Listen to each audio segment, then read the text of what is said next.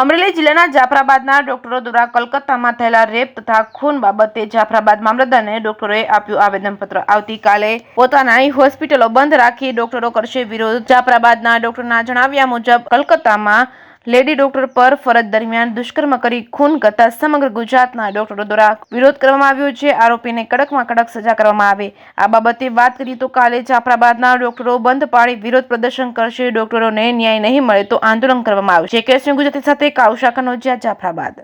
અત્યારે આવેદન દેવામાં એવું સાહેબ શેના માટે આવેદન દીધું? હા, એ છે ને થોડા દિવસ પહેલાં હમણાં કલકત્તામાં એક એવો બનાવ બન્યો, ઇન્સિડન્ટ બન્યો કે લેડી ડૉક્ટર જ્યાં ડ્યુટી ઉપર હતા ત્યારે ટોળાએ અથવા તો એના પેશન્ટના રિલેટિવે જે બનાવ બન્યો એની તપાસ કર્યા વગરનું અને કાંઈ પણ જાણ્યા જપાણા વગરનું એના ઉપર ડાયરેક્ટ હુમલો કરી દીધો, રેપ કરી દીધો।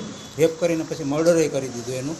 અને એની તપાસ બહુ આમ ગોકળગાય ગતિએ જેની ત્યાંની ગવર્મેન્ટ જે ચલાવે છે ગોકળગાય કે ન્યાય જે મળવો જોઈએ ઝડપથી એ કાંઈ મળતો નથી કાંઈ।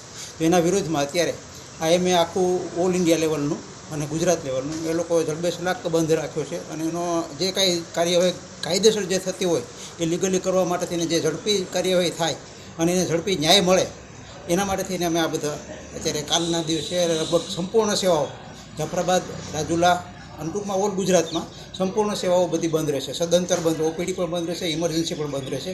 મોટી કોર્પોરેટ હોસ્પિટલમાં કદાચ ઇમરજન્સી હેન્ડલ કરશે એવું કોઈ સિરિયસ હશે તો 108ની સેવાઓ ચાલુ રહેશે, એટલે એના માટે કંઈ તકલીફ નહીં પડે પબ્લિકને। પણ જે સામાન્ય સેવાઓ જે છે એ બધી બંધ રહેશે કાલના દિવસ માટે, એક દિવસમાં 24 કલાક સરકારને અલ્ટિમેટમ આપવા માટે થઈને જો આનાથી પણ જો નિવડો નહીં આવે તો પછી કાયમી માટે હડતાલ ચાલુ થશે પછી।